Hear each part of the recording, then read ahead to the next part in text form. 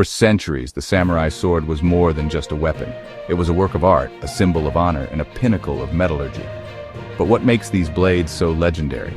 The answer lies in a forging process steeped in fire, discipline, and secrets passed down for generations. It all begins with raw steel, which is full of impurities. The master swordsmith heats the steel in the forge and then meticulously hammers it, folding it back on itself hundreds of times. This process, known as folding, purifies the steel, removes carbon imperfections, and creates up to 30,000 microscopic layers. These layers are the unseen assembly that give the blade its incredible strength and iconic grain pattern. Next comes a critical step known as differential hardening. The smith applies a clay mixture to the blade, a thick layer on the spine and a thin layer on the cutting edge. The blade is then heated and quenched in water.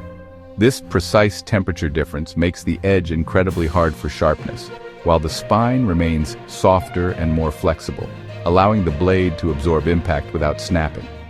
The final stage is polishing, a grueling and meticulous process that can take weeks. The master polisher uses a series of wet stones from coarse to impossibly fine to bring out the legendary wavy pattern, or Haman, and create a mirror-like finish. This process is not just for beauty.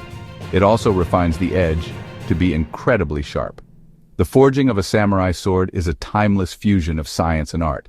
It's a testament to the unseen assembly of fire, steel, and a master's will.